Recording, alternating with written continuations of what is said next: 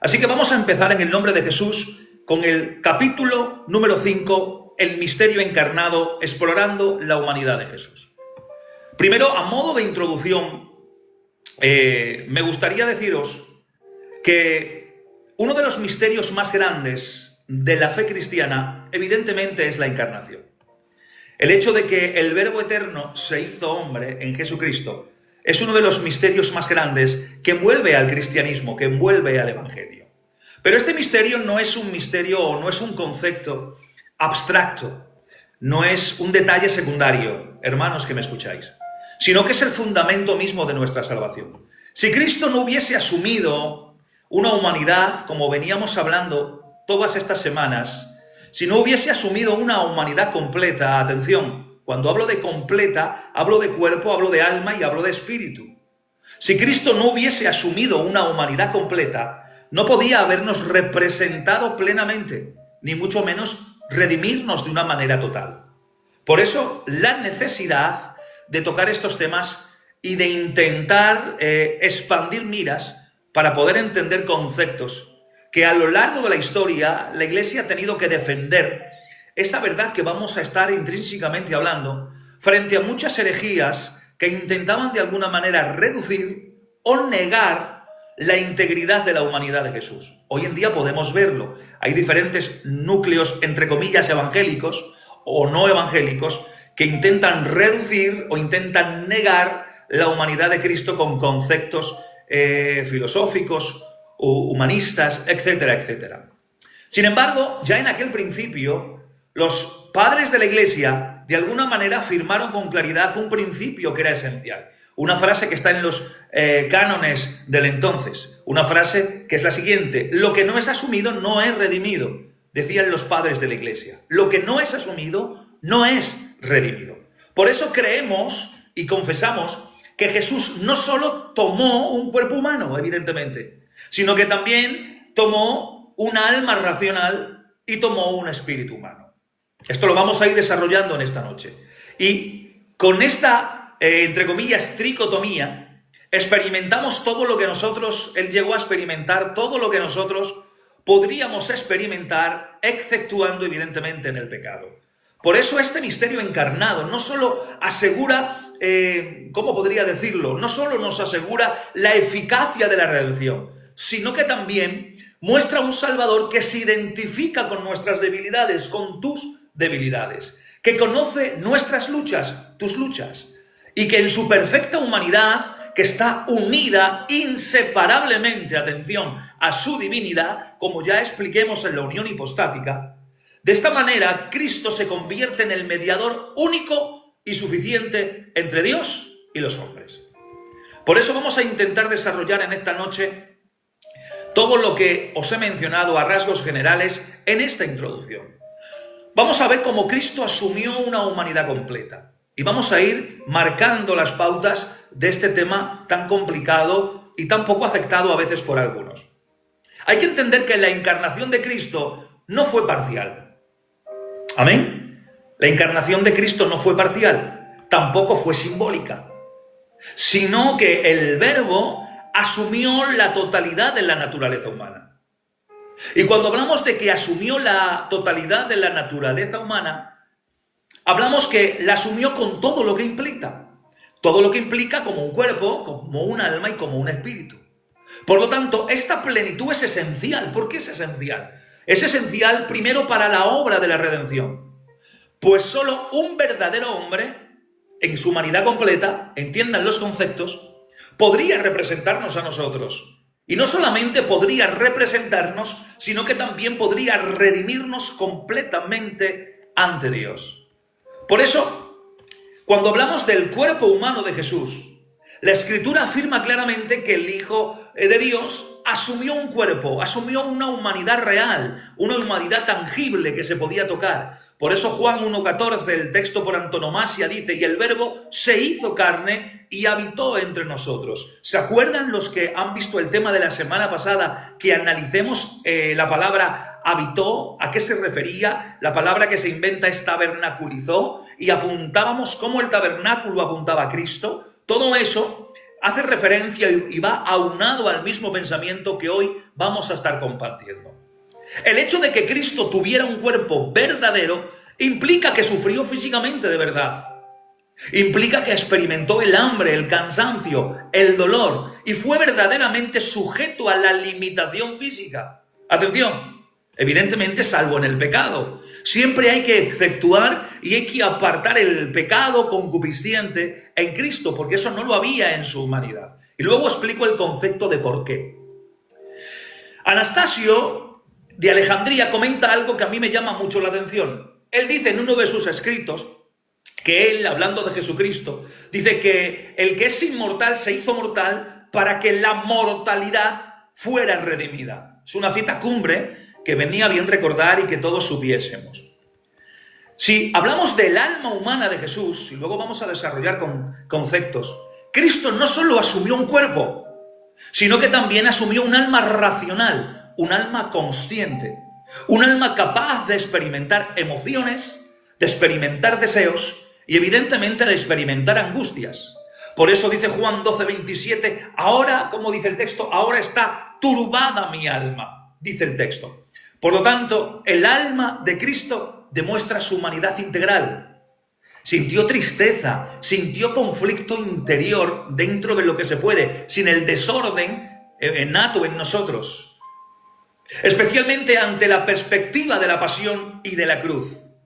Por eso esta realidad que os estoy mencionando en esta noche refuerza su identificación plena con nuestra condición humana. Como enseña un tal León Magno, que él en otra de las frases cumbres de sus escritos dice que no solo padeció el cuerpo, sino también el espíritu, para que toda nuestra humanidad fuese redimida. En uno de sus sermones dice más o menos parafraseando esta frase.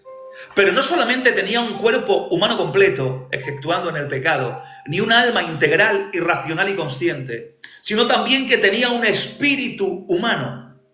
Cristo poseía un espíritu humano, evidentemente distinto de su divinidad. Atención, no estoy hablando de dos personas, luego lo explico, sino del espíritu humano que pertenece a su naturaleza, que es distinto a su vez de su divinidad, capaz de relacionarse o de tener relación y comunicación con Dios.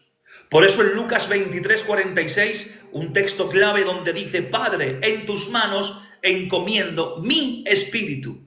No dice mi alma, no dice mi cuerpo, no dice mi yo, dice mi espíritu.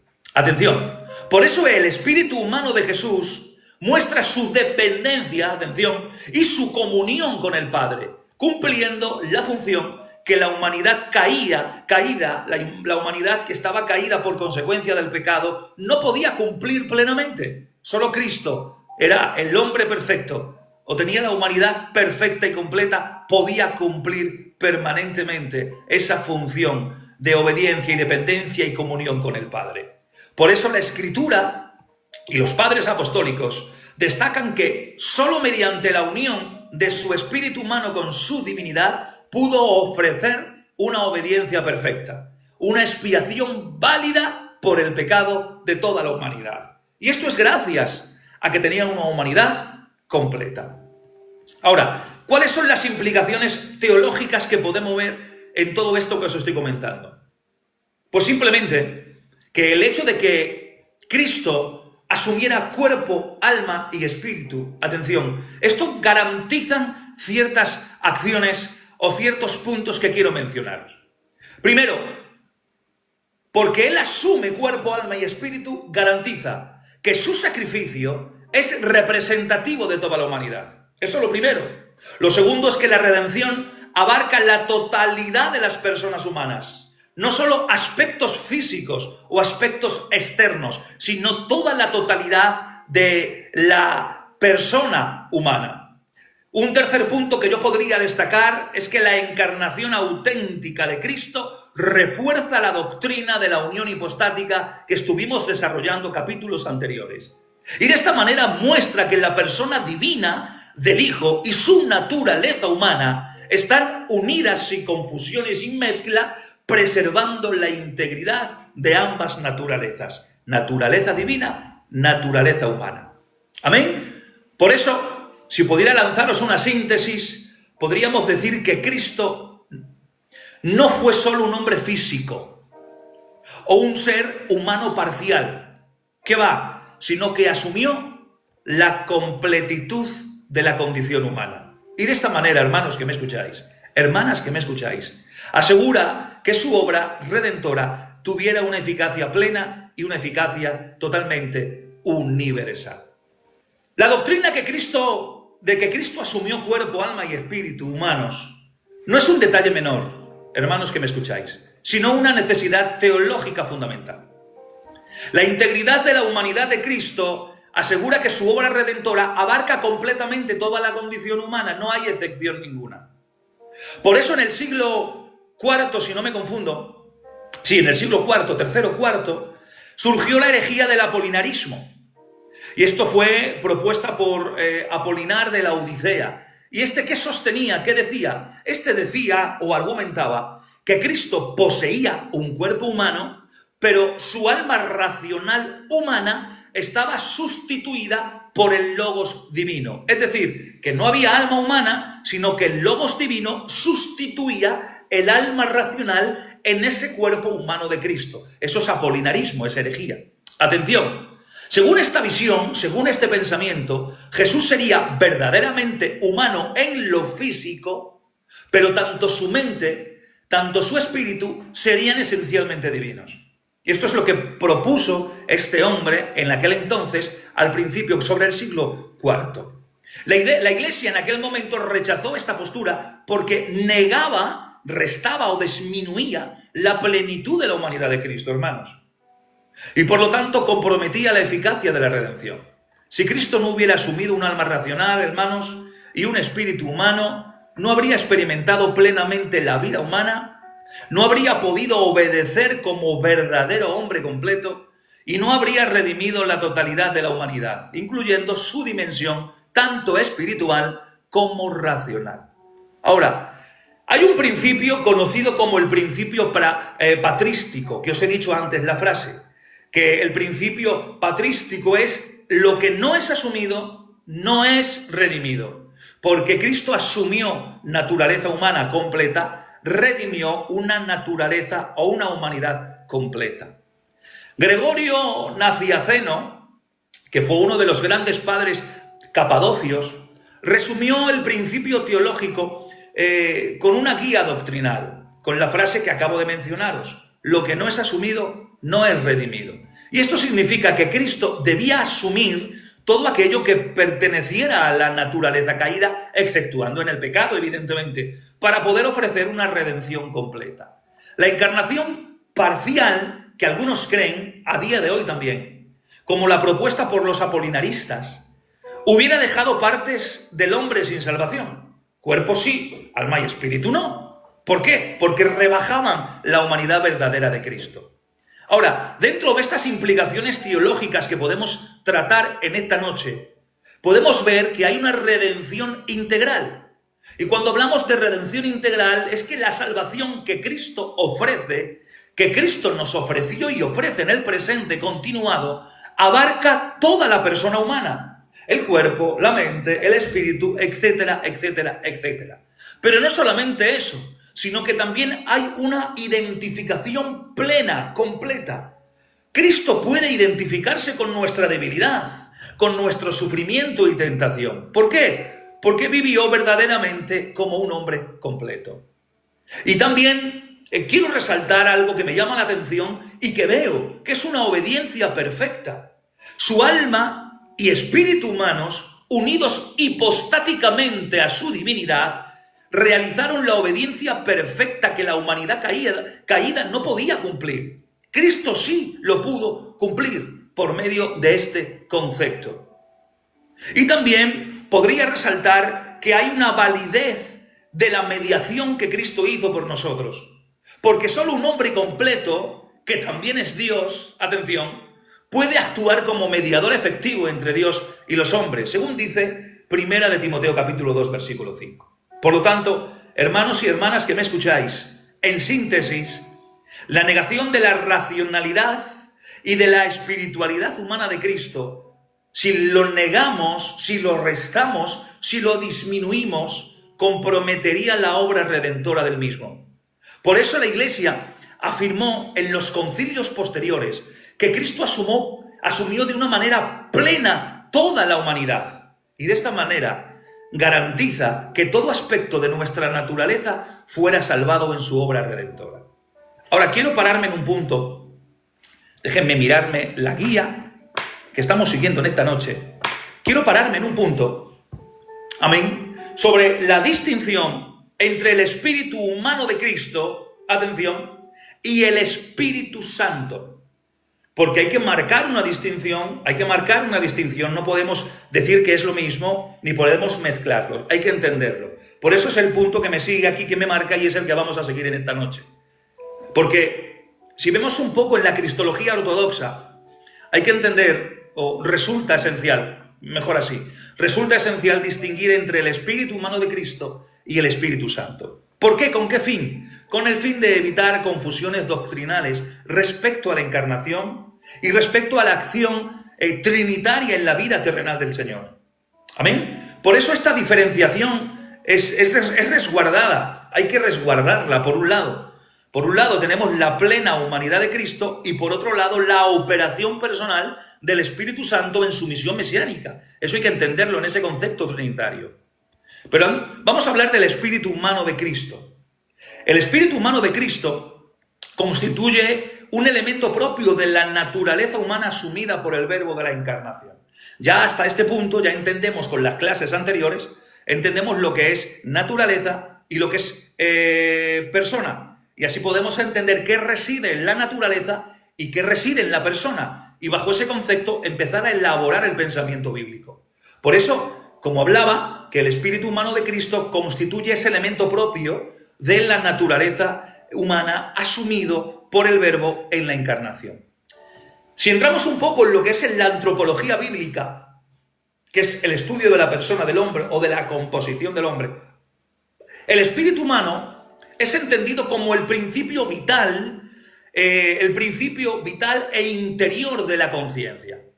La apertura hacia Dios y la capacidad de alguna manera de experimentar la experiencia moral y la experiencia afectiva. La experiencia moral, la experiencia afectiva residen en la experiencia y en la capacidad de la conciencia, hablando en relación con el espíritu. O sea, que en Cristo este espíritu, atención, no se diluye, ni queda absorbido por la divinidad. Luego van a entender el por qué estoy explicando esto. Sino que permanece íntegramente humano, de manera que el Hijo encarnado vivió la condición humana en toda su amplitud, cuerpo, alma y espíritu. Es decir, la Escritura, si podemos ahondar un poco por la Escritura nos ofrece un testimonio explícito de ello. El texto que antes hemos mencionado, Lucas 23:46, Padre, en tus manos encomiendo mi espíritu. Y se menciona el espíritu que no es absorbido por la divinidad, sino que es integralmente completo en la naturaleza humana de Cristo. Por eso esta entrega final revela que Jesús poseía no solo vida biológica y facultades psíquicas, sino también esa dimensión espiritual humana que podía relacionarse con Dios, tanto en oración, tanto en obediencia, tanto en comunión. De este modo, hermanos que me escucháis, el espíritu humano de Cristo confirma la realidad de su encarnación. ¿Cómo? Garantizando que no fue un hombre incompleto, sino un verdadero hombre en la totalidad de la experiencia humana, hermanos. Si hablamos del Espíritu Santo, en su contraste, entendemos que es la tercera persona de la Trinidad, que es eterno, que es consustancial con el Padre y con el Hijo, eso lo entendemos, el misterio trinitario, pero no pertenece a la naturaleza humana de Cristo, sino que es un sujeto divino distinto que actúa en la economía de la salvación durante el ministerio terrenal del Hijo. Porque el Espíritu Santo desempeñó un papel fundamental, primero, en la unción de Cristo, fortaleciéndolo y marcando una dirección a la obra redentora del mismo. Por eso, Hechos 10:38 lo declara de una manera clara. Dice, como Dios ungió a Jesús de Nazaret con el Espíritu Santo y con poder, Él anduvo haciendo el bien y sanando a todos los oprimidos por el diablo. Amén. Por eso la acción del Espíritu Santo en Jesús no suplanta su humanidad, ni se confunde con su divinidad, sino que obra de una manera externa y de una manera cooperativa con Cristo, capacitándolo para ejercer ese oficio mesiánico marcado en tiempos bíblicos. Por eso la relación entre Jesús y el Espíritu Santo es un ejemplo supremo de una comunión trinitaria en la historia. Porque el Hijo encarnado vive totalmente en dependencia filial como Hijo, mientras que el Espíritu Santo lo unge y lo guía para llevar a cabo la voluntad del Padre quien lo envió. Por eso, en conclusión rápida, mientras el espíritu humano de Cristo asegura la integridad de su humanidad, el Espíritu Santo representa la cooperación trinitaria en la misión redentora. Amén. Por eso, diferenciar ambos aspectos que estamos mencionando protege tanto la doctrina de la encarnación como la correcta comprensión de la obra del Espíritu Santo en el plano de la salvación. Pero hay que entender conceptos y separar pensamientos. Podemos hablar, para evitar confusiones doctrinales, es necesario establecer una diferencia precisa entre el Espíritu humano de Cristo y el Espíritu Santo. ¿Para qué? Para atender a su origen, para atender a su función y la relación con la encarnación. Vamos a intentar ver el origen, primero del espíritu humano. ¿Amén? El espíritu humano pertenece a la naturaleza humana que fue asumido por el Verbo en la encarnación y, por tanto, es creado. ¿Amén? El espíritu humano es creado. El Espíritu Santo es la tercera persona de la Trinidad, es eterna, es increado, evidentemente, y es distinto del Hijo encarnado. Son personas distintas, aunque son consustanciales en la misma esencia.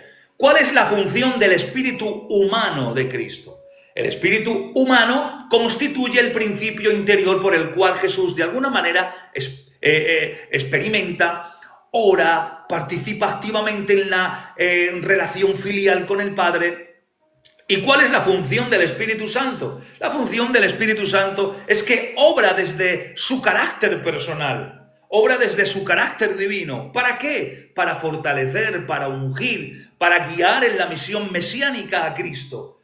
De esa manera no sustituye ni anula la actividad de su espíritu humano. Sigue teniendo correlación con el Padre. Ahora, ¿cuál es la relación con la encarnación?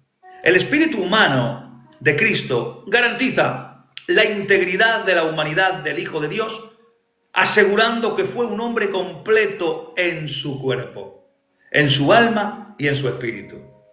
¿Y cuál es la función o la relación en la encarnación del Espíritu Santo? Que garantiza la plenitud de su ministerio, su obra redentora, mostrando que aunque Jesús es plenamente Dios, hermanos, y plenamente hombre, en su economía terrenal vivió en dependencia del poder del Espíritu para cumplir su misión, la misión que había asumido en esa repartición de roles, de papeles en el seno trinitario. Ahora, ¿cuáles son las implicaciones doctrinales de todo esto? Simplemente, hermanos que me escucháis, que la diferenciación entre el espíritu humano de Cristo y el Espíritu Santo conlleva importantes consecuencias teológicas para la cristología. Pero no solamente para la cristología, sino también para la soteriología. ¿Por qué? Porque preserva la unidad hipostática, porque evita confundir las naturalezas divina y humana en la persona del Verbo, manteniendo así la doctrina calcedonense de que sin confusión, sin cambio, sin división, sin separación. ¿Se acuerdan de las palabras que analicemos en la pizarra? Estas mismas palabras estuvimos analizando. Pero es que además también aclara la experiencia de Jesús. ¿Por qué aclara la experiencia de Jesús? Porque permite interpretar sus actos de oración, de dependencia, de obediencia, como expresiones auténticamente humanas. sus milagros, su poder ministerial, como resultado también de la cooperación del Espíritu Santo en el plano de su humanidad. Pero es que también vemos una afirmación, o vemos, mejor dicho, que se afirma, mejor así, se afirma la redención integral. Es decir, muestra que Cristo asumió plenamente la condición humana, cuerpo, alma y espíritu. ¿Para qué? Para salvar lo que asumió, cumpliendo el principio patrístico que os he mencionado antes: lo que no es asumido no es redimido. Y no solamente esto, sino que también sostiene, de alguna manera, sostiene la dimensión trinitaria de la misión, porque revela que la obra del Hijo no fue aislada, sino que fue realizada en comunión con el Espíritu Santo y en obediencia al Padre. Fue una obra trinitaria y de esta manera manifiesta así la dinámica salvífica de la Trinidad en toda la historia de la humanidad, hermanos. Os he hablado del espíritu humano de Cristo. Vamos a entrar un poco más en conceptos que sigue. Ahora vamos a hablar sobre la humanidad de Cristo asumida en la encarnación. Vamos a hablar de la humanidad primero y vamos a analizar una expresión que va a quitar muchas dudas de algunos conceptos que luego también vamos a estar desarrollando. La encarnación del Hijo implica que Cristo asumió, como estamos hablando toda la noche, asumió plenamente la naturaleza humana. No simplemente tomó un cuerpo que ya existía, ni un alma preexistente en la historia. ¿Qué va? Esta afirmación es central en la cristología. Asumió plenamente una naturaleza humana. Esta afirmación es central en la cristología porque garantiza que Jesús fue verdaderamente hombre y, por lo tanto, plenamente capaz de redimir a toda la humanidad. Vamos a hablar sobre la formación de la naturaleza humana de Cristo, el cuerpo humano. Vamos a hablar sobre el cuerpo humano de Jesús. Entendemos que el Verbo no descendió con un cuerpo preformado ya, antes de los tiempos. No, fue dictaminado antes de los tiempos, pero no fue preformado antes de los tiempos, sino que su cuerpo fue formado milagrosamente en el vientre de María. El anuncio angélico así lo confirma. ¿Qué dice el texto de Lucas 1:35, que creo que todos conocemos? El Espíritu Santo vendrá sobre ti y el poder del Altísimo te cubrirá con su sombra, porque el santo ser que nacerá será llamado Hijo de Dios. Este es el texto comúnmente traducido. Pero os voy a dar la traducción literal desde el texto original, desde los manuscritos de su origen, de Lucas 1:35. Sería: y respondiendo el ángel le dijo, el Espíritu Santo vendrá sobre ti y el poder del Altísimo te cubrirá con su sombra, por lo cual también, atención a la frase que la vamos a analizar ahora, lo santo que es engendrado será llamado Hijo de Dios. Lo santo que es engendrado. Esa es la traducción literal desde su texto original de griego, koineo griego del Nuevo Testamento. Y aquí sí quiero hacer una observación gramatical, pero para eso, como no, nos vamos a ir a la pizarra. Y vamos a analizarla para que podamos entenderlo. El misterio encarnado. Aquí vemos que la clave está en la frase griega que acabo de poner aquí. To genomenon hagion. Lo traducido literalmente es lo santo que es engendrado.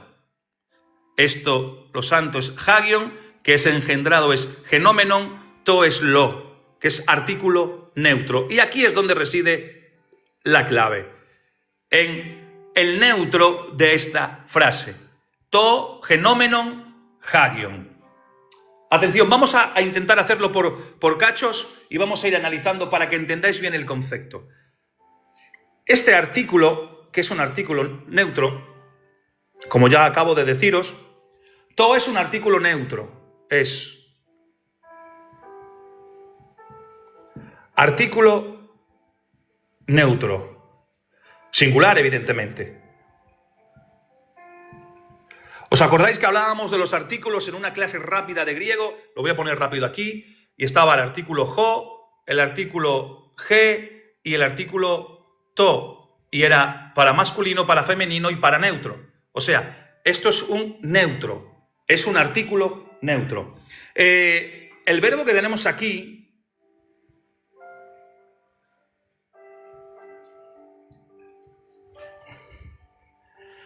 genomenon, este verbo que tenemos aquí, es un participio presente, medio pasivo, pero es neutro singular. Es decir, es un participio presente, medio pasivo, por decirlo así, neutro. Evidentemente, aquí yo esto sí lo pongo entero, neutro, para que os deis cuenta, neutro singular, evidentemente.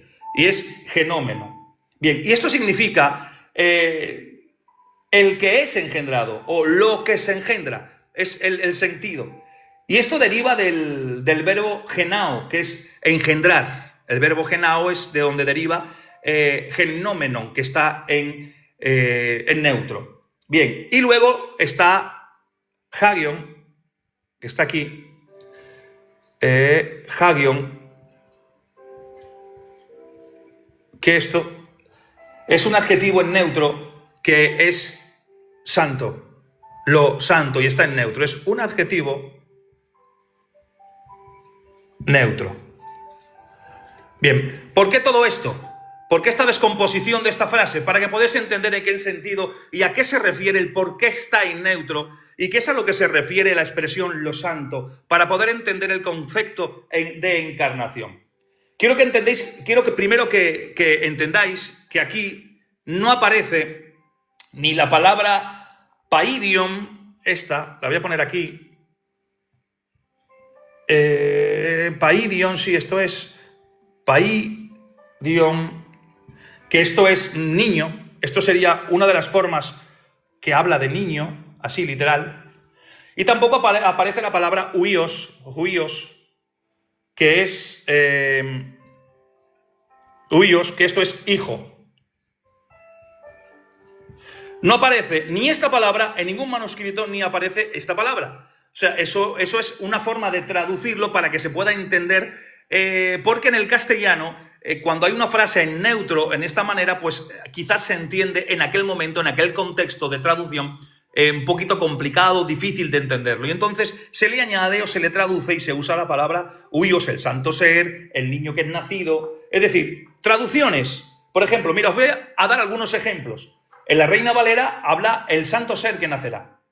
En la Biblia de las Américas dice el santo niño y usa la palabra paidion, que no aparece en los manuscritos. Se añade para poder dar una comprensión quizás idiomática. Y en la Biblia de Jerusalén dice el que ha de nacer será santo. O sea, todas introducen un sustantivo. Ser, niño, el que. En todas esas versiones que he mencionado, de alguna manera añaden un sustantivo, introducen un sustantivo, porque el griego usa una construcción absolutamente neutro, que en español evidentemente resulta extraño si se traduce de una manera mecánica. Lo santo, to genómenon, lo santo que es engendrado. O sea, o lo que es engendrado es santo. Es un poquito complicado. Por eso, el sentido teológico de la expresión neutro, lo santo, bueno, creo que aquí ya no hace falta que estemos.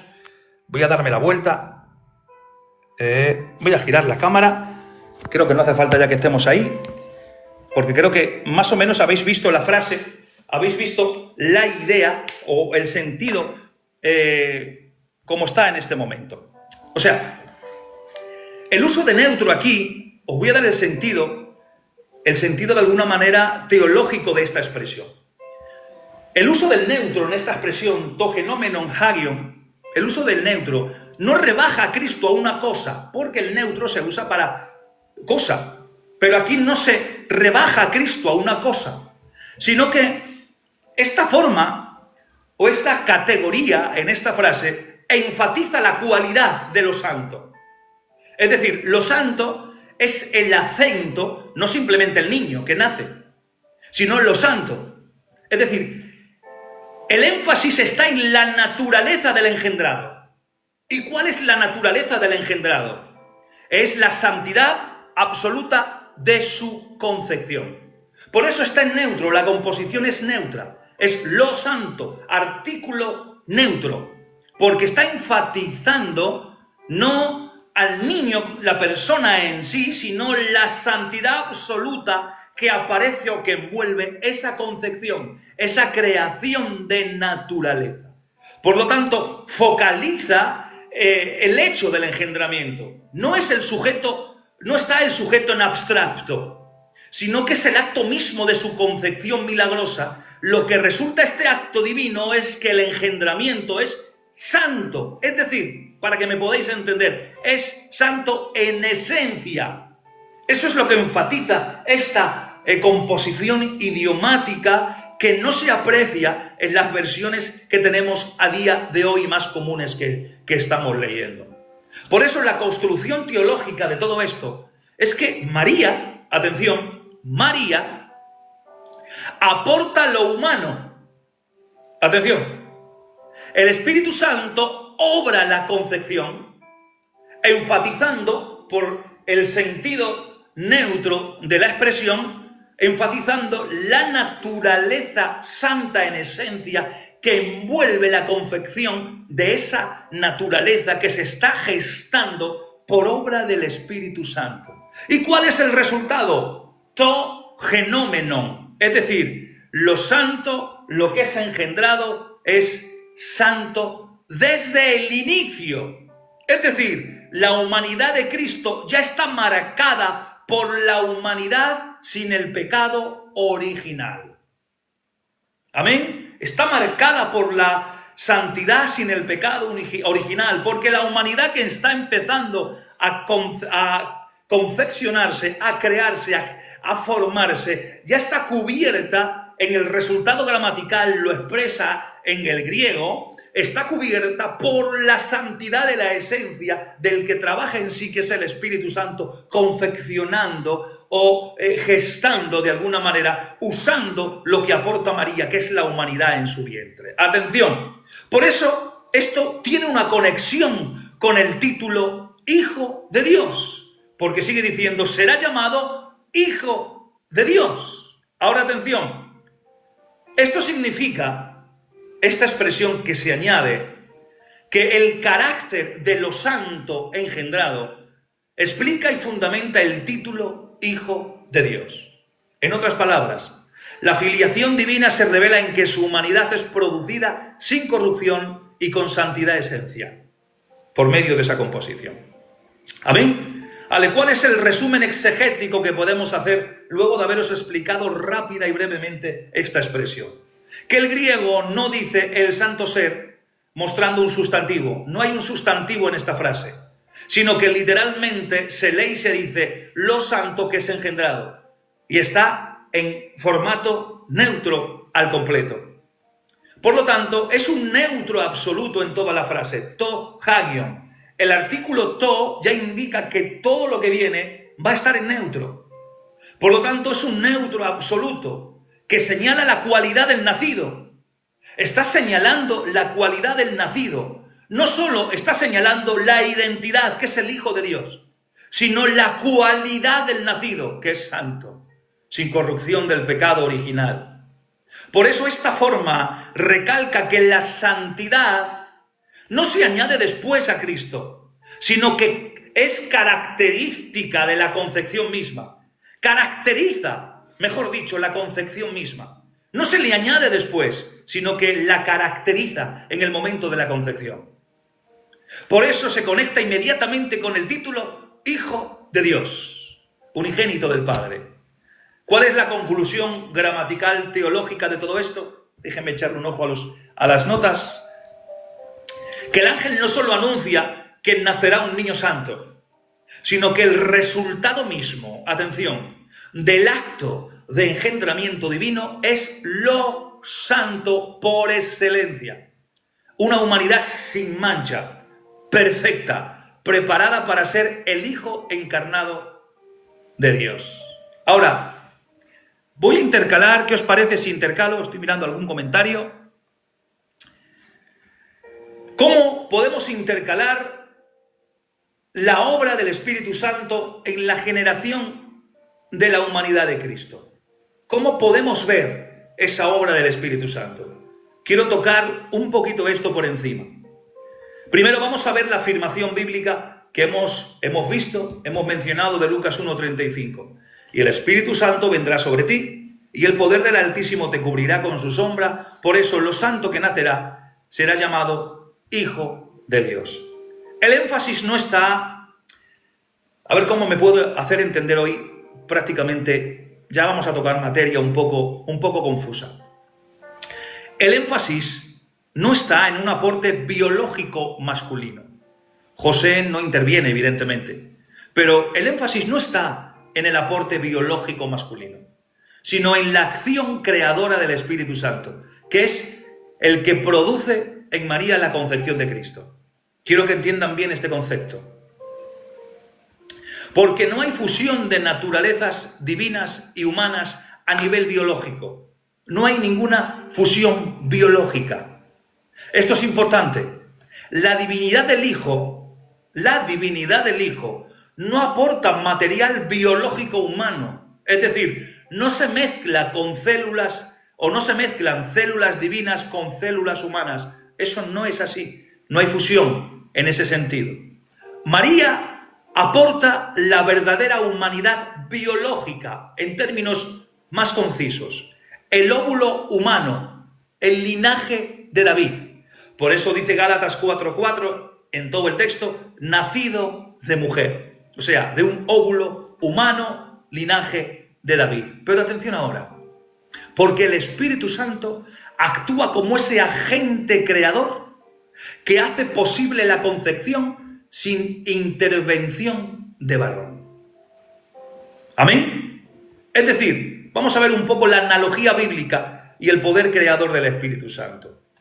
La obra del Espíritu en la concepción se entiende a la luz de su función en la creación. Si recordamos un poco Génesis capítulo 1, versículo 2, dice la Biblia que el Espíritu de Dios se movía sobre la faz de las aguas. Aquí vemos que ordena y que da vida.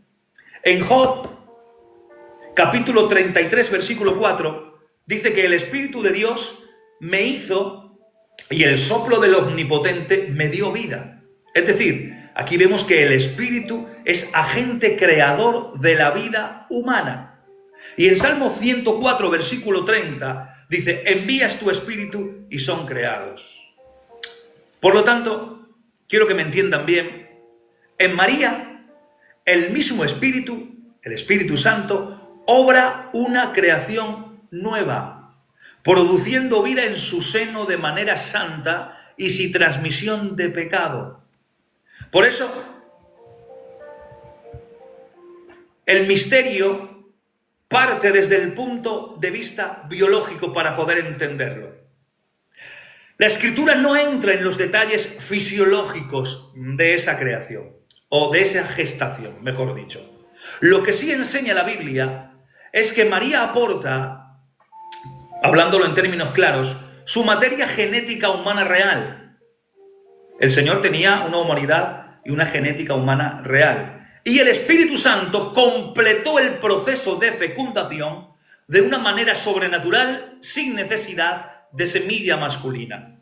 Ahora, en términos modernos, para que podríamos entendernos a día de hoy, podríamos decir que el Espíritu hizo fecunda la célula de María, produciendo un verdadero ser humano en su naturaleza humana, una naturaleza humana. Ahora, desde el punto de vista teológico, esto evita la transmisión del pecado. Al no haber intervención de varón, que ahora esto lo voy a explicar, se rompe la línea de transmisión de la naturaleza caída. Esto lo vamos a analizar en unos momentos. Pero es que también preserva la santidad, porque lo que nace es lo santo, como hemos especificado en la frase. Es decir, no contaminado por la concupiscencia. También esto asegura la unión hipostática, porque desde el primer instante esa humanidad es asumida, no mezclada ni fusionada, sino asumida por la persona eterna del Verbo. Ahora, si vamos a los padres y a los teólogos sobre este tema, podríamos recordar que Agustín dijo que María concibió no por concupiscencia de carne, sino por obediencia de fe y virtud del Espíritu Santo. Pero es que no solamente Agustín, sino también Tomás de Aquino, él dijo que el Espíritu suministra la virtud activa que corresponde a la semilla masculina formando el cuerpo de Cristo en el seno de la Virgen María. Déjenme ponerle la piecita que me pide para poder seguir. Ahora.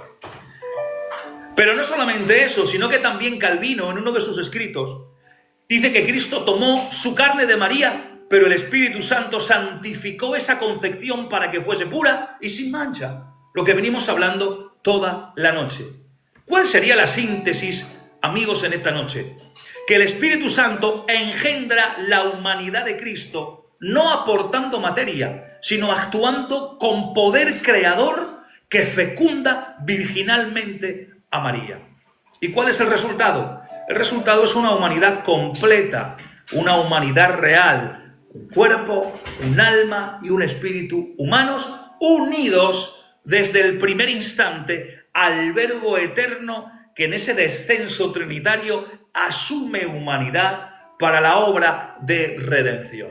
Por lo tanto, la concepción es a la vez natural, es decir, biológica y real, pero también es sobrenatural, sin semilla varonil, sin pecado. ¿Cuál es la conclusión, hermanos y hermanas, en esta noche? Que la humanidad de Cristo es biológica y verdadera porque procede de María, pero es santa y sin pecado porque es engendrada por el Espíritu Santo. Y este milagro no se explica por leyes humanas de reproducción, sino por el mismo poder creación del Creador, el Espíritu Santo, que, como hemos estado mencionando en el principio, formó al hombre del polvo y dio vida al mundo con su Espíritu. Pero ahora, evidentemente, tengo que aclarar algo, estoy mirando comentarios, tengo que aclarar algo. ¿Cómo se transmite el pecado, hermanos? Creo que la pregunta está en el aire y todos quizás os estáis preguntando cómo se transmite el pecado. Voy a intentar dar respuesta de una manera periférica y de una manera abierta para poder entender conceptos. ¿Cómo se transmite el pecado? Primero, tenemos que tocar el primer punto de partida. Y el primer punto de partida es el punto bíblico. Vamos a mencionar textos. Déjenme mirar qué textos tenemos que leer. Romanos, aquí está. Romanos 5:12 dice: por un hombre entró el pecado en el mundo, y por el pecado la muerte, y así la muerte pasó a todos los hombres. Salmo 51:5 dice que en maldad he sido formado, y en pecado me concibió mi madre. Efesios 2:3 dice que éramos por naturaleza hijos de ira. Es decir, la Escritura, hermanos que me escucháis, enseña que el pecado no es solo imitación de Adán, sino herencia. Nacemos con una naturaleza caída. Pero hay dos dimensiones de esa transmisión que quiero explicaros, rápida y brevemente, que no estamos en armatiología. Cuando estudiemos armatiología tocamos esto más desgranadamente. Ahora simplemente es para seguir enlazando el tema. Hay dos dimensiones de esta transmisión. Está la imputación legal, es decir, que Adán es la cabeza federal de la humanidad. Y cuando él pecó, toda la humanidad fue considerada culpable en Adán, culpable en él. Es el principio de como se conoce teológicamente como solidaridad representativa. Es decir, lo que hace el representante afecta a los que están en él, en este caso en Adán. Y esto explica por qué todos somos condenados en Adán, aunque no hayamos repetido su acto específico de pecado, pero todos somos condenados en Adán. Pero también hay una segunda vertiente, hay dos dimensiones. La segunda dimensión es la transmisión real, la naturaleza. Es decir, que cada ser humano, tú y yo, cada ser humano, recibe de sus padres una naturaleza corrupta. El pecado, atención, quiero que me entiendan bien ahora bien estos conceptos. El pecado no se transmite como un gen biológico, sino como una condición espiritual inherente al ser humano desde la concepción. Esta corrupción se comunica al alma y al cuerpo, es decir, afecta al hombre entero. Atención. Así es el ser humano. Quiero que me entiendan bien. Así es el ser humano. El ser humano no nace neutral, sino que nace inclinado siempre hacia el mal. Ahora, ¿cómo se entiende esta transmisión? ¿Cómo podemos entender esta transmisión? A modo de pregunta, quiero daros una respuesta en esta noche. Atención. La teología ha usado varias explicaciones en cómo se da esta transmisión de pecado de padres a hijos. Hay tres teorías o tres posiciones, tres explicaciones que se asocian en diferentes conceptos. Luego yo voy a tomar simplemente una para seguir el hilo del tema, y cada uno puede interpretar o adoptar la que considere, o la que más se ajuste a su pensamiento bíblico o su pensamiento racional. Una de ellas es conocido como el traducianismo, que era en este bloque se asociaba a Tertuliano, Lutero, creían en el traducianismo. ¿Y qué dice el traducianismo? Que el alma se transmite junto con el cuerpo de los padres. Eso cree el traducianismo, se traduce, se transmite junto al cuerpo de los padres. Por eso la corrupción pasa de generación en generación, porque el alma también es transmitida por medio de los padres. Y eso lo dice el traducianismo, que es una de las posturas que muchos hoy en el grupo evangélico creen en este concepto.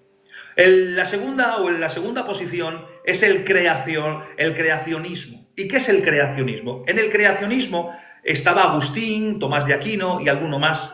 Y el creacionismo dice o sustenta que Dios crea cada alma directamente. Es Dios quien crea el alma directamente. Pero al unirse con el cuerpo, que ya es caído, ya es naturaleza caída, queda afectada ese alma por la corrupción de la carne. Esto es lo que dice el creacionismo.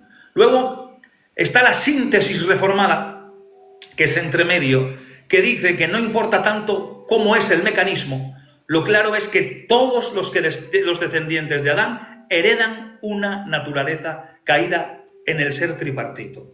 Cristo no, porque fue concebido por obra del Espíritu Santo. Ahora, surge también una idea, o surge también un pensamiento en todo esto.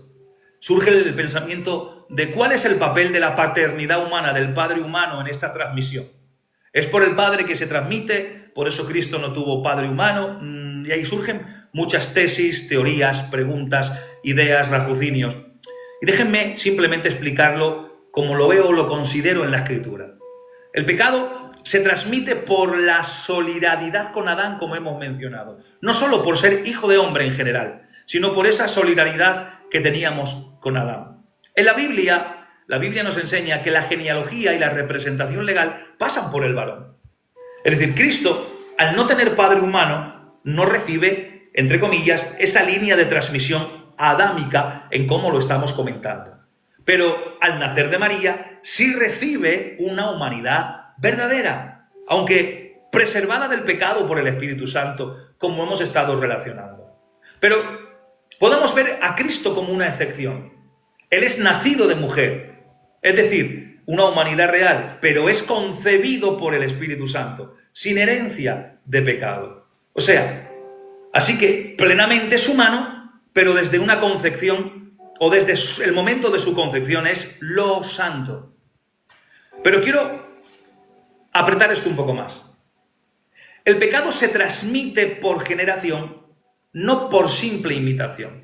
Es una herencia espiritual que está ligada a nuestra unión con Adán como cabeza de la raza. Es decir, todos nacemos con esa corrupción salvo Cristo, cuya concepción virginal lo libra de la transmisión del pecado, aunque comparta nuestra naturaleza humana. Pero ¿cuál es el resumen? Que el pecado no está en la sangre, ni está en el cromosoma, sino en la naturaleza caída. Se transmite en la generación de padres a hijos por solidaridad con Adán. Cristo no tuvo padre humano y por el Espíritu Santo su concepción fue preservada de modo que nació sin pecado, aunque plenamente hombre. Pero ahora voy a rizar un poco más el rizo. ¿El pecado se transmite por el Padre? Vamos a ver el testimonio bíblico. Lo hemos leído antes. En Salmo 51:5 hemos parafraseado los textos: en maldad he sido formado y en pecado me concibió mi madre. El salmista aquí no está culpando al Padre, sino reconociendo que desde su concepción misma, por estar en la humanidad caída, ya lleva, amigos, el pecado. Quiero que entiendan bien estos conceptos. En Job 14:4 dice: ¿quién hará limpio a lo inmundo? Nadie. Es decir, toda concepción humana en la línea de Adán trae corrupción. Por eso Efesios 2:3 dice que éramos por naturaleza hijos de ira. La herencia pecaminosa está en la naturaleza humana completa. No solamente, hermanos, en un sexo específico, hombre o mujer, sino en la naturaleza completa. Por eso, cuando hablamos de la teología de esta posición, el pecado original, hermanos y hermanas, no depende del varón solamente, sino de toda la descendencia de Adán y Eva. Tanto el padre como la madre transmiten a sus hijos una naturaleza caída. Por eso la concepción humana normal une a dos naturalezas ya corrompidas, el padre y la madre. Resultado, otro ser humano pecador o con naturaleza caída. Y en este modelo, la diferencia con Cristo no se explica por la falta de padre, no, sino porque el Espíritu Santo intervino activamente para preservar, para santificar la concepción virginal de tal manera milagrosa que no pudiese afectarle ninguna corrupción de herencia caída en la genética o en la biología de María. ¿Amén? ¿Cómo se libra Cristo según esta perspectiva? Que María, aunque era pecadora, concibió por obra del Espíritu Santo. Y el Espíritu Santo santifica lo engendrado, y lo santifica, lo cubre, lo protege de tal manera, de tal modo, que lo nacido es lo santo. Como hablábamos, destacaba por el artículo neutro la calidad, la cualidad de la esencia santa en él. Y aquí la clave no es tanto la ausencia del Padre humano, sino la preservación sobrenatural del Espíritu en la concepción virginal de María. Y esto conecta con la doctrina de la Inmaculada Concepción de Cristo, no de María. María no es la Inmaculada, sino que es la Inmaculada Concepción de Cristo. El que es concebido en ella, que es Cristo, su humanidad es preservado de pecado original por obra divina. Cuando hablo de concepción, de nacido, evidentemente me refiero no a la divinidad, sino a la humanidad, naturaleza humana de Cristo. Por lo tanto, la concepción virginal asegura, por un lado, que el cuerpo de Jesús es plenamente humano y, por otro lado, que es preservado de la transmisión del pecado original. Así, en Cristo se cumple el misterio de la verdadera humanidad sin corrupción. Y esta humanidad sin corrupción es adecuada para el sacrificio perfecto. Cristo es el sacrificio perfecto. Ahora bien, vamos a hablar del alma humana. Hemos hablado del espíritu. Hemos hablado del cuerpo. ¿Qué tal si hablamos del alma humana de Cristo? ¿Amén? Cuando hablamos del alma humana de Cristo, déjenme ver la guía que estoy siguiendo para no perderme y ni marcharme. La guía que me marca a mí, que he estado confeccionando, así a rasgos generales. El alma de Cristo, atención, fue creada directamente por Dios en el momento mismo de la encarnación. Habéis visto en cuál es la postura que yo postulo en este caso. No es traducida, sino que me postulo en el creacionismo. Creo que es Dios quien crea el alma de los seres humanos en el momento de la concepción, y cuando ese alma se une a una naturaleza caída, se contamina de la misma esencia o de la misma naturaleza caída. Por eso el alma de Cristo fue creada directamente por Dios en el momento mismo de la encarnación, como sucede con todo ser humano desde el punto de vista que yo os ofrezco. Amén. Sin embargo, en el caso de Jesús, este alma fue inmediatamente asumida por el Logos eterno. ¿Y qué hace esto? Esto da lugar a la unión hipostática, en la cual se mantiene sin confusión la naturaleza divina y la naturaleza humana, que es asumida por Cristo en el descenso del trono trinitario o del seno trinitario. Anastasio de Alejandría lo expresó con claridad. Él dice: el verbo no se limitó a habitar en la carne. La carne fue formada y el alma creada por él, y todo fue asumido y perfeccionado en la unión con la divinidad, o sea, la unión hipostática. Eso es una cita de Anastasio de Alejandría. Esta unión asegura que Cristo no solo habitó en una humanidad ajena, sino que verdaderamente se hizo hombre en cuerpo y alma, compartiendo plenamente nuestra condición, hermanos. Ahora, ¿cuál es la implicación teológica de todo esto? Podemos ver que una autenticidad de la humanidad o la encarnación, hermanos, garantiza que Cristo vivió la experiencia humana en toda su integridad. Hambre, sed, fatiga, emociones, sufrimiento, tentaciones. Pero no solamente eso, sino que también alcanza una redención completa. Solo un hombre completo, con cuerpo, con alma verdaderos, con espíritu verdadero, puede ofrecer un sacrificio representativo real. Y no solamente real, sino también suficiente para toda la humanidad. También quiero destacar unión hipostática, porque la unión del alma humana con el Logos asegura que la persona de Cristo actúe coherentemente en ambas naturalezas, tanto divina como humana, sin confusión, sin separación, de acuerdo a la definición calcedonia que estuve hablando hace un par de semanas. Y esto también resalta en la persona de Cristo un modelo de obediencia y un modelo de dependencia, porque la humanidad de Cristo, creada, amén, y formada por el Padre, experimentó la necesidad de oración, experimentó la dependencia del Espíritu Santo y la sumisión filial como hijo. ¿Para qué? Para constituirse como ejemplo perfecto de obediencia para todos nosotros, para todos los creyentes. Ahora, ¿cuál es la diferencia con nosotros? Tiene que haber una diferencia con nosotros. La hay. ¿Cuál es? Que la encarnación de Cristo presenta características únicas que lo distinguen de los demás seres humanos, aun manteniendo la integridad de la naturaleza humana. ¿Cuál es la distinción? Esta distinción es fundamentalmente para comprender la eficacia de su obra redentora. ¿Por qué Cristo asume lo nuestro sin compartir la corrupción que nos afecta? Y eso lo hace Cristo. Ahora, en los hombres comunes, cuando hablamos del cuerpo humano, vemos que procede de la herencia biológica de los padres.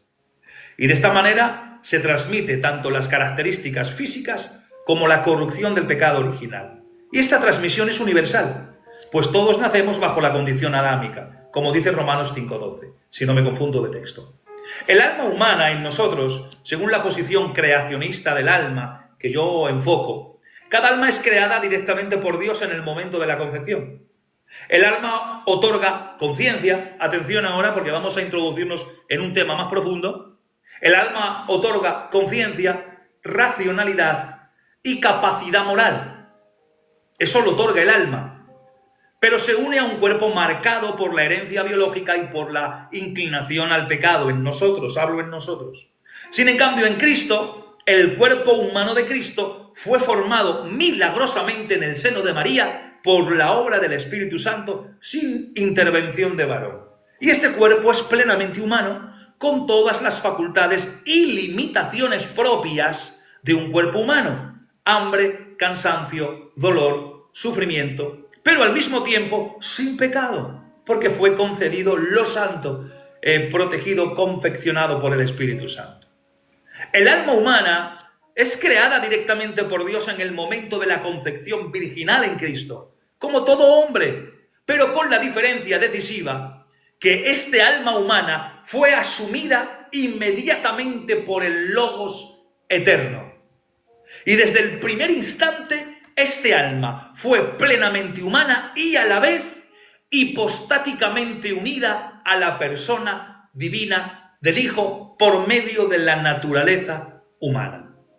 ¿Amén?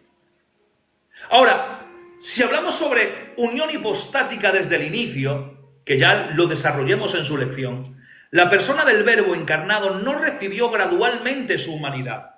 No fue recibiendo humanidad de una manera gradual, no. Sino que desde la concepción, el cuerpo y el alma de Cristo estuvieron perfectamente unidos a la divinidad en esa unión hipostática.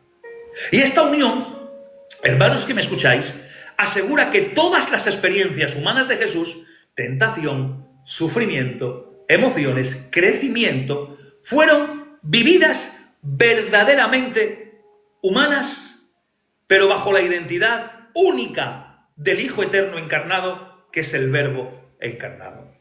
Por eso, con todo esto, queda claro, Para mí todavía no me queda claro, pero bueno, es una forma de hablarlo.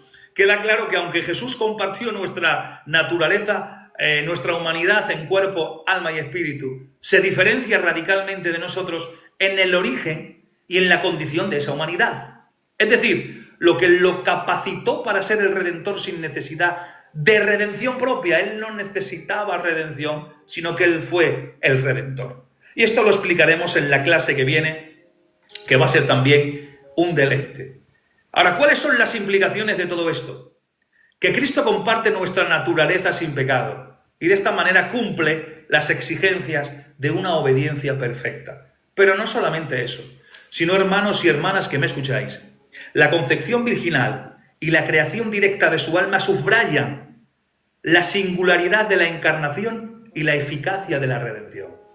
La unión hipostática desde el primer instante garantiza que Dios, que Él mismo, actúe y sufra en la persona de Cristo, logrando la mediación perfecta entre Dios, Padre, y los hombres, o entre Dios, Trino, y los hombres. La integridad de la humanidad de Cristo no es un detalle periférico de la encarnación, hermanos, sino que es un requisito indispensable para la redención plena. Esta sección que estamos intentando mencionar, que no me marcho del hilo,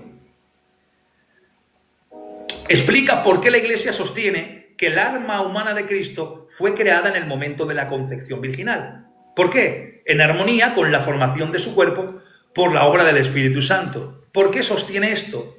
Porque con esto hay una prevención de la herejía apolinarista. El apolinarismo, como he mencionado, del siglo IV, como he mencionado minutos atrás, afirmaba que Cristo carecía de alma racional humana y que el Logos ocupaba su lugar, que Él no tenía alma humana. Y esta visión fue condenada porque niega la plena humanidad de Cristo. Impide que Él haya experimentado realmente la vida humana, incluyendo la conciencia, las emociones y la capacidad de obediencia, atención, y una obediencia voluntaria. Por lo tanto, la Iglesia enseña que sin alma humana Cristo no sería verdaderamente hombre y su obra redentora no abarcaría la totalidad de la humanidad. Pero también esto hay que entender una cosa, hay que evitar una cosa, un extremo. Hay que evitar la preexistencia humana de Cristo.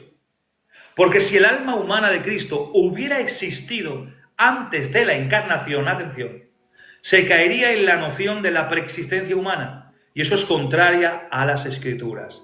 La tradición bíblica y la tradición patrística afirma que cada alma humana es creada por Dios en el momento de la concepción.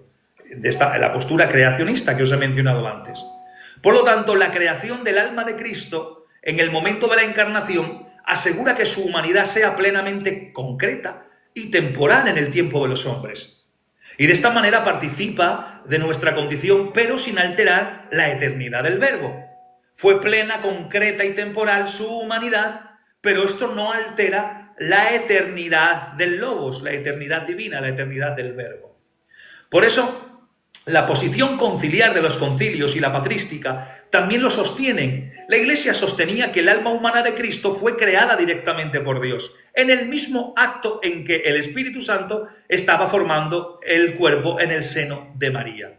Gregorio lo resumió con la frase que hemos mencionado varias veces: lo que no es asumido no es redimido. Y Anastasio de Alejandría enfatiza también la perfección de esta unión. Como también os he mencionado, el Verbo asumió humanidad completa, cuerpo y alma, y habitó plenamente en ella para la salvación del hombre. ¿Cuáles son las implicaciones teológicas que estoy viendo aquí? Pues las implicaciones teológicas es la plenitud de la humanidad en Cristo. Es decir, Cristo es completamente hombre en cuerpo, alma y espíritu. Él tiene una redención integral porque toda la humanidad es asumida y redimida, evitando huecos en la obra salvífica. Pero no solamente eso, sino en relación a la unión hipostática, el alma humana, creada al mismo tiempo que el cuerpo, se une inmediatamente al Logos. Y esto garantiza que la persona de Cristo actúe de manera coherente y perfecta, sin confusión entre lo divino y lo humano. ¿Cuál es el testimonio bíblico que podemos ver?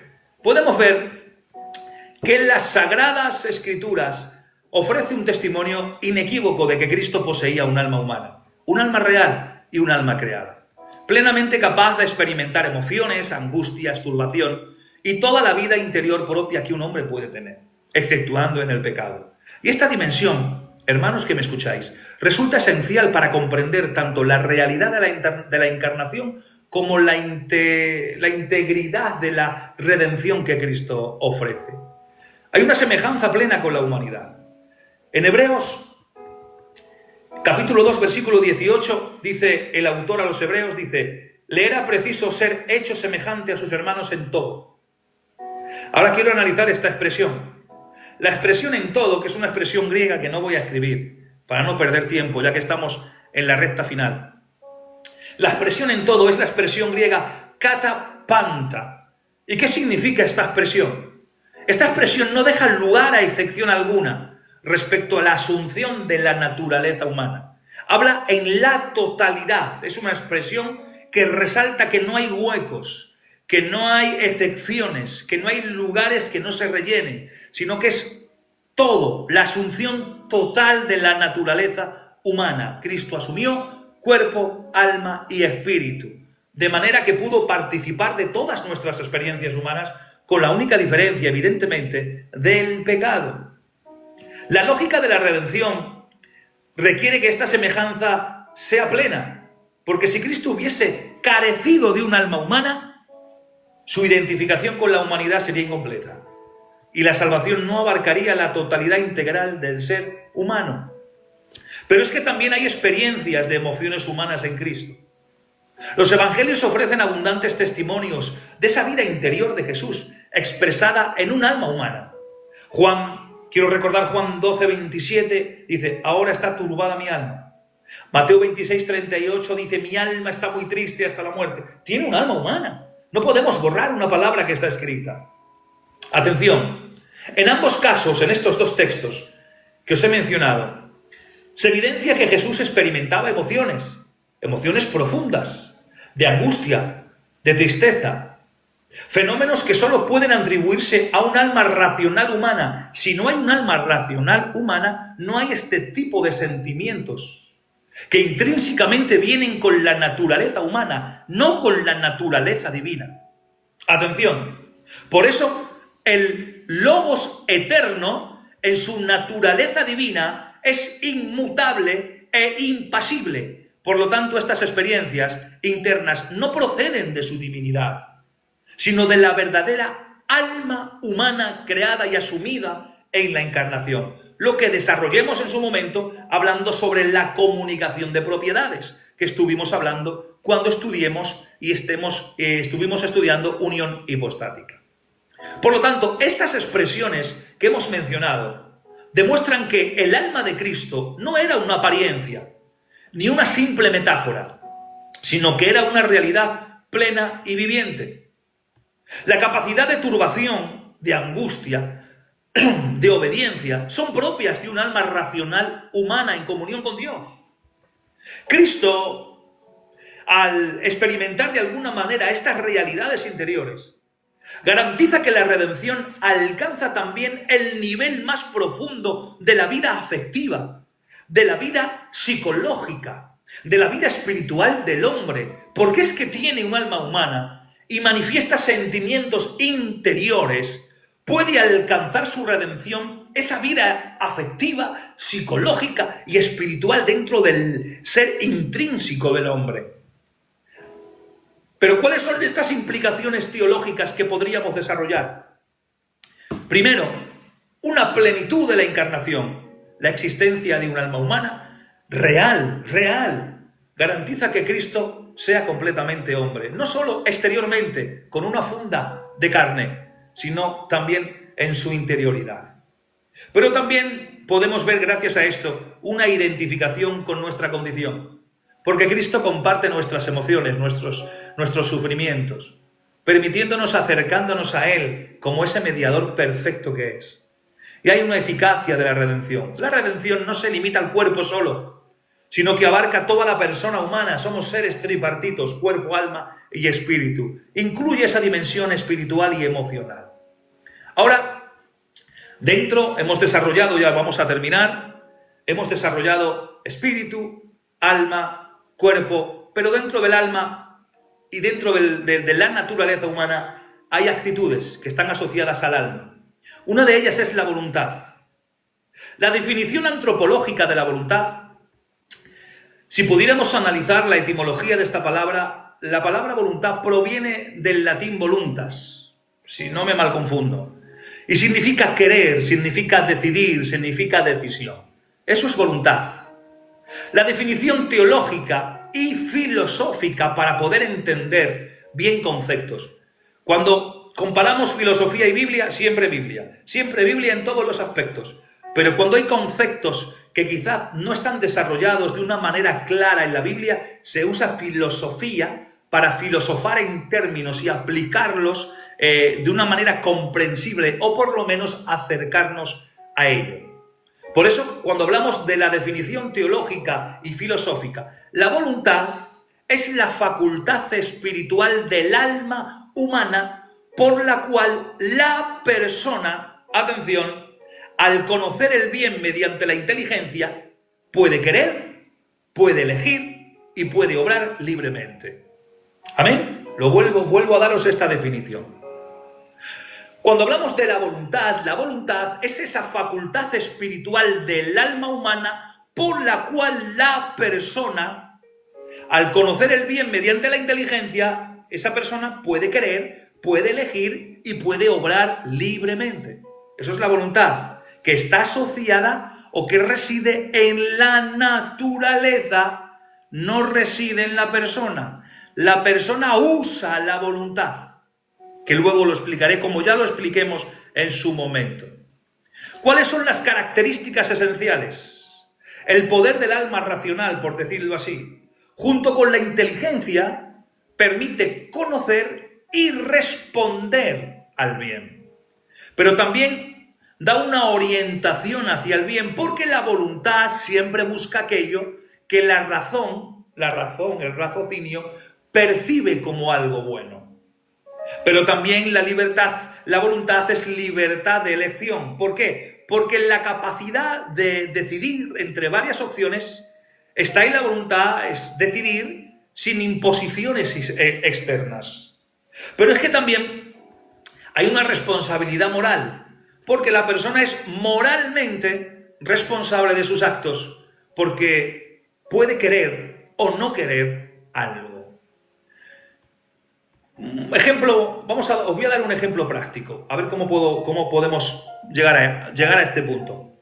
Una persona sabe que necesita alimentarse, ¿vale? Quiero que me sigan. Una persona, yo sé que necesito alimentarme, eso es inteligencia.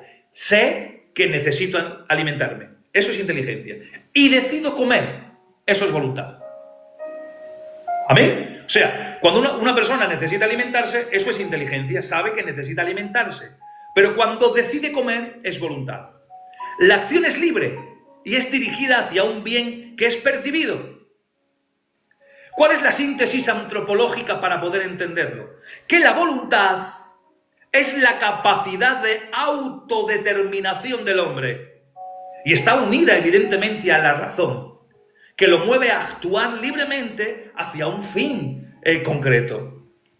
Ahora, vamos a dar un poco más de peso a esta sustancia. Hablamos un poco sobre la definición teológica de la voluntad. Vamos a tocar teología ahora, en definición. Cuando hablamos de la voluntad en Dios, en la Trinidad, atención, en Dios, cuando hablamos de Dios, no me dirijo a Dios Padre, sino a Dios Trino, a esa esencia que comparten las tres personas. Cuando hablamos de la voluntad en Dios, la voluntad no es una facultad separada, sino que es la misma esencia divina inclinada libre y necesariamente hacia el bien. Como Dios es un solo ser, en esencia, hay una sola naturaleza sustancial o consustancial, existe una única voluntad divina en el ser trino. ¿Amén? Es compartida perfectamente tanto por el Padre, por el Hijo y por el Espíritu Santo. Una naturaleza, una esencia, una hipóstasis, no, tres hipóstasis, una naturaleza, como hablábamos el otro día, una naturaleza, una voluntad compartida en las tres hipóstasis, en las tres personas. ¿Cuál es la característica de la voluntad divina? Que es perfecta. No conoce limitación ni error. La voluntad trina es inmutable. No cambia con el tiempo ni por circunstancias externas. Y la voluntad de Dios es soberana. Todo lo ordena según su plan eterno. Es eterna, es decir, es sin principio y sin fin. Referencias bíblicas que os puedo dar, mirando aquí textos que tengo sueltos. Salmo 115.3, todo lo que Jehová quiere, lo hace. Voluntad trina.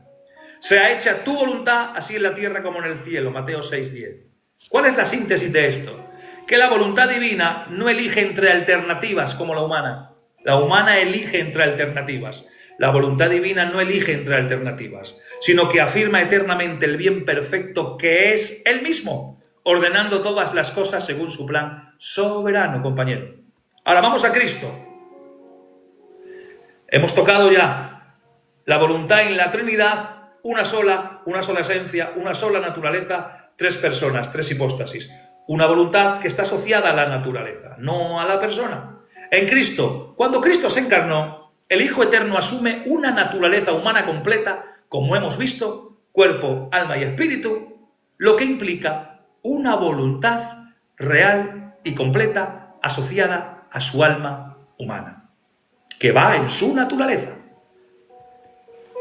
Así Cristo posee dos voluntades, una sola persona. Dos naturalezas, una hipóstasis, una sola persona. Dos naturalezas, una persona. Dos voluntades, una persona. En Dios, en el ser trino, vemos una naturaleza, tres personas.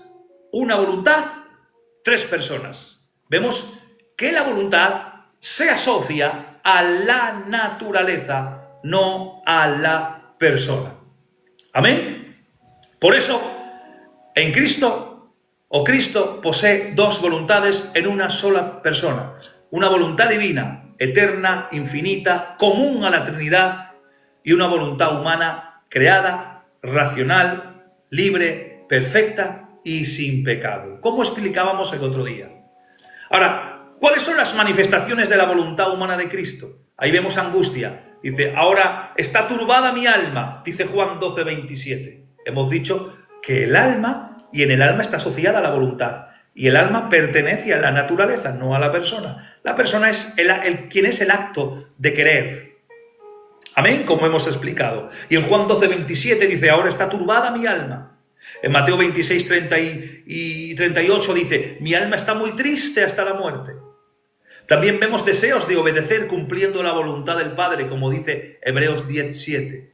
Y vemos también ese sometimiento perfecto. Padre, no se haga mi voluntad, sino la tuya.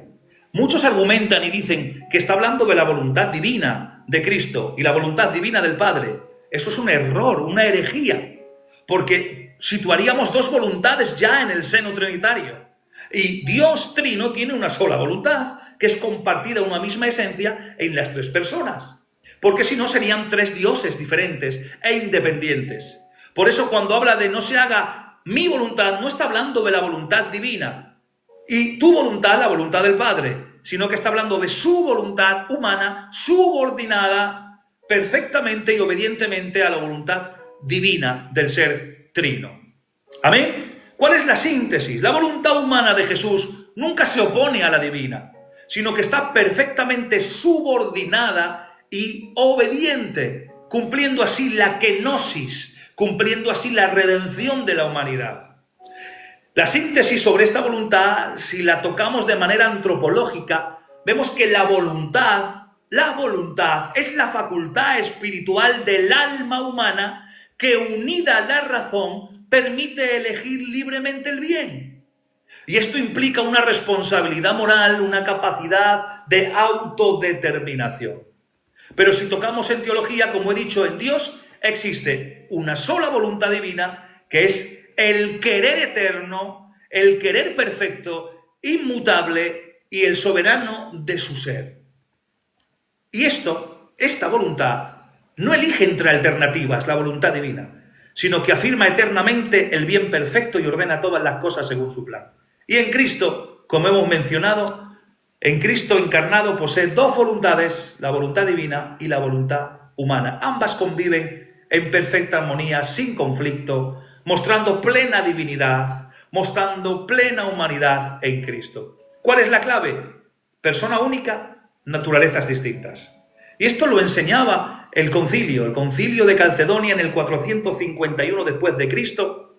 Atención, declaró que Cristo es una sola persona, hipóstasis, es persona, una sola persona, que posee dos naturalezas completas y distintas. La divina, eterna, infinita, inmutable, y la humana, creada, completa, con cuerpo, alma y voluntad.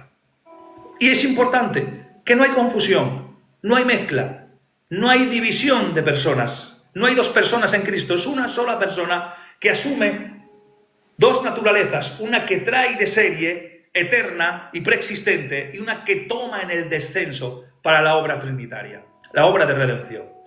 Por lo tanto, la implicación es que no hay dos Cristos, sino un solo, completo en su divinidad y en su humanidad. Ahora, ya para terminar, podemos hacer una aplicación a la conciencia de Cristo. Porque no hay dos sujetos conscientes separados en Jesús. La persona del Hijo es única. Lo que sí hay, por medio de su humanidad y de su divinidad, de sus dos naturalezas, hay dos modos de conciencia que están reflejando o son reflejados en las dos naturalezas. El modo divino, que es ese conocimiento, esa voluntad y esa perfección, que es perfecto e ilimitado, y el modo humano, que son experiencias humanas de cansancio, de hambre, de angustia, de sufrimiento. Y esto explica cómo Jesús podía decir: no se haga mi voluntad, sino la tuya, mostrando la distinción funcional, atención, funcional de las voluntades sin dividir la persona. ¿Amén? Voluntades sin dividir la persona, modos de voluntades, dos, de acorde a sus naturalezas. Y vemos la conciencia humana de Cristo. Las características de una conciencia humana podemos verlas en Jesús. Jesús poseía una conciencia humana y real y progresiva, que estaba ligada a su naturaleza creada. ¿Y esto qué implicaba en Cristo, en su naturaleza humana? Implicaba aprendizaje. Él aprendía en su naturaleza humana. Implicaba desarrollo. Como cualquier ser humano, adquiría conocimiento con la experiencia y con la educación. Por eso dice Lucas 2:40 que el niño crecía y se fortalecía y se llenaba de sabiduría. ¿En qué categoría hablamos? ¿En la parte divina? No, todo lo sabe. Lo hablamos en su naturaleza humana, en su conciencia humana. Atención. Por eso tenía razonamiento y tenía juicio humano. Podía reflexionar, podía tomar decisiones, discernir entre acciones en su entorno. Pero es que también tenía una autoconciencia humana. Conocía su identidad, conocía su misión, su relación con Dios, aunque dentro de los límites, evidentemente, de la naturaleza humana. ¿Y cuáles son las implicaciones de todo esto? Que la conciencia humana de Jesús, no era divina, sino que reflejaba plenamente la experiencia humana: hambre, cansancio, emociones, aprendizaje y sufrimiento. Por eso, esto permite que su obra humana sea verdaderamente identificable con la nuestra, cumpliendo Hebreos 2, del 17 al 18, donde dice que fue hecho semejante a sus hermanos en todo, para poder compadecerse y redimirlos. Pero también tenía el modo de conciencia divina, esa conciencia divina aunada a su naturaleza divina. Y había características de la conciencia divina en la persona de Cristo, como el Logos eterno, la persona del Hijo, que posee conciencia divina completa y perfecta. Y esta conciencia era omnisciencia. Él conoce todas las cosas, era omnisciente. Las pasadas, las presentes, las futuras. Conforme Juan 16:30 dice: ahora entendemos que tú sabes todas las cosas y no necesitas que te pregunte. Dice el texto. Y Colosenses 2:3 dice: en quien están escondidos todos los tesoros de la sabiduría y del conocimiento. Claro, porque es omnisciente la conciencia divina de la naturaleza divina en Cristo. Pero es eterna, porque no tiene principio ni fin, siempre existe y actúa en la plenitud de su ser. Pero también es inmutable, hermanos, porque no cambia, ni se ve afectada por limitaciones humanas o circunstancias, la conciencia divina, o externas. ¿Qué va? Es infalible, porque su conocimiento y juicio son perfectos, absolutamente confiables. Ahora, ¿cuál es la relación con la conciencia humana, la divina y la humana? ¿Cómo se relacionan en la persona del Verbo? Simplemente, la conciencia divina coexiste con la conciencia humana dentro de la única persona del Hijo, pero sin confundirse, sin mezclarse, sin fusionarse. Y esto explica cómo Cristo, atención, podía experimentar angustia y sufrimiento desde su humanidad. Lo vemos reflejado en las Escrituras, pero también al mismo tiempo tener un pleno conocimiento del plan divino de redención desde su divinidad. Esto es tremendo. La persona del Hijo es irrepetible, hermanos y hermanas que me escucháis. ¿Cuáles son las implicaciones teológicas para terminar ya con lo que me queda? ¿Cuáles son las implicaciones teológicas? Que la coexistencia de dos modos de conciencia en una sola persona muestran la plenitud de la encarnación, hermanos. Verdadera humanidad con aprendizaje, emociones y limitaciones, y verdadera divinidad con conocimiento, omnipotencia y eternidad. ¿Cómo se relacionan las conciencias de Cristo en la persona? ¿Cómo? Simplemente estando en la unidad de persona. En Cristo no existen dos conciencias independientes. La persona del Hijo es única. Por lo tanto, su conciencia humana estaba asumida y habitada por la persona divina, quien es el sujeto único que actúa y vive esa experiencia. Por lo tanto, podemos ver esa distinción funcional de las conciencias. Algunos teólogos hablan de la conciencia humana limitada y hablan de la que experimenta la realidad según la capacidad de la mente humana. Y también hablan de esa conciencia divina ilimitada, que conoce todo en plenitud como Dios eterno. Y ambas conviven sin confusión dentro de la única persona del Hijo, reflejando la plenitud de la encarnación. ¿Cuáles son esos ejemplos bíblicos que quiero daros de esa doble dimensión? Vemos la limitación humana. Textos como, déjenme mirar, textos como Mateo 13:32. Nadie sabe el día, ni la hora, ni el Hijo, indicando limitación humana en el conocimiento de ciertos eventos futuros. Pero también vemos omnisciencia divina conforme Juan 21:17, si no recuerdo mal, donde Pedro dice, Señor, tú lo sabes todo. Ay, Dios mío. Reconociendo de esta manera su conocimiento divino perfecto. ¿Cuáles son las implicaciones teológicas de esto?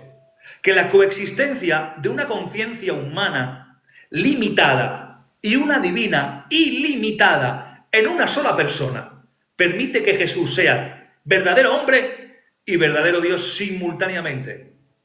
Por lo tanto, esto protege la unidad personal del Hijo y evita cualquier división del sujeto, asegurando que todas sus acciones provienen de la única persona del Verbo encarnado. Por eso, si lanzamos una fórmula teológica sobre la conciencia de Cristo y nos lanzamos ya terminando el tema, hay una unidad de persona. Jesús no tenía dos conciencias como si fueran dos personas separadas. La persona del Hijo es única y permanece indivisible o indivisa. Y hay niveles de conciencia. La humana, como hemos mencionado, estamos ya dando un breve resumen, temporal, limitada, progresiva, experimenta hambre, cansancio, emociones, aprendizaje, sufrimiento. Y la divina, eterna, perfecta, infinita, omnisciente, omnipotente. ¿Cuál es la síntesis conceptual de todo esto? Que la autoconciencia personal de Cristo es divina, pero su manifestación o se manifiesta a través de dos modos de experiencias correspondientes a cada naturaleza. No es una división de persona, ni una dualidad conflictiva, sino una coexistencia armoniosa de su divinidad y de su humanidad en la única persona del Hijo. En otras palabras más claras, Jesús no es partido, no es un esquizofrénico. ¿Qué va? Vivía simultáneamente la plenitud de la conciencia de Dios y la plenitud de la conciencia humana. Cada una dentro de su propio ámbito. La conciencia del ser humano, vemos que la conciencia era un hombre común, no en Cristo aún, hablamos, la conciencia como facultad del alma, y hemos mencionado un sinfín de independencias y de aplicaciones en esta noche. Por eso quiero terminar y quiero hacer un cierre final en esta noche para terminar este tema, capítulo, este tema 5. Después de contemplar este misterio glorioso, llegamos a una conclusión clara. Jesús no es un redentor parcial, sino que es un salvador perfecto, hermanos. En su encarnación Él tomó cuerpo, Él tomó alma, Él tomó espíritu humanos, para que nuestra humanidad quedara fuera de la obra de la cruz. No quedara fuera de la obra de la cruz, sino que se implicase dentro del misterio de la encarnación. Creo que por mucho que intentemos explicar estos temas, por mucha profundidad que intentemos darle, por muchas herramientas de interpretación que usemos, nunca comprenderemos, como dice la Escritura, grande e inescrutable es el misterio de la encarnación, el misterio de la piedad. Grande es, y no lo sabemos todo. Por eso intentamos aproximarnos para poder entender más o menos y hacer un poco consciente, hacer práctico este tema, este misterio de la piedad, de la encarnación de Cristo y de la persona irrepetible de Cristo. Por mucho que estudiemos, por mucho que la analicemos, por mucho es imposible. Intentamos aproximarnos. Habrá gente que esté de acuerdo, habrá gente que tenga otro concepto distinto. Es algo periférico en el sentido que podemos convivir en el mismo espíritu, y lo que nos interesa de todo esto es que Cristo asumió una naturaleza humana completa. ¿Para qué? Para redimirnos a nosotros, y eso no le hace menos Dios. Reducir la humanidad de Cristo no lo hace más Dios. Reducir la divinidad no lo hace más hombre. Es un misterio que no vamos a comprender nunca. Solo cuando estemos en el cielo, en su presencia, le podamos preguntar directamente a Él que nos explique con sus palabras. Pero sí podemos aproximarnos para poder entender más o menos y resaltar que la obra de redención fue llevada a cabo por alguien especial, Cristo, el Dios hombre.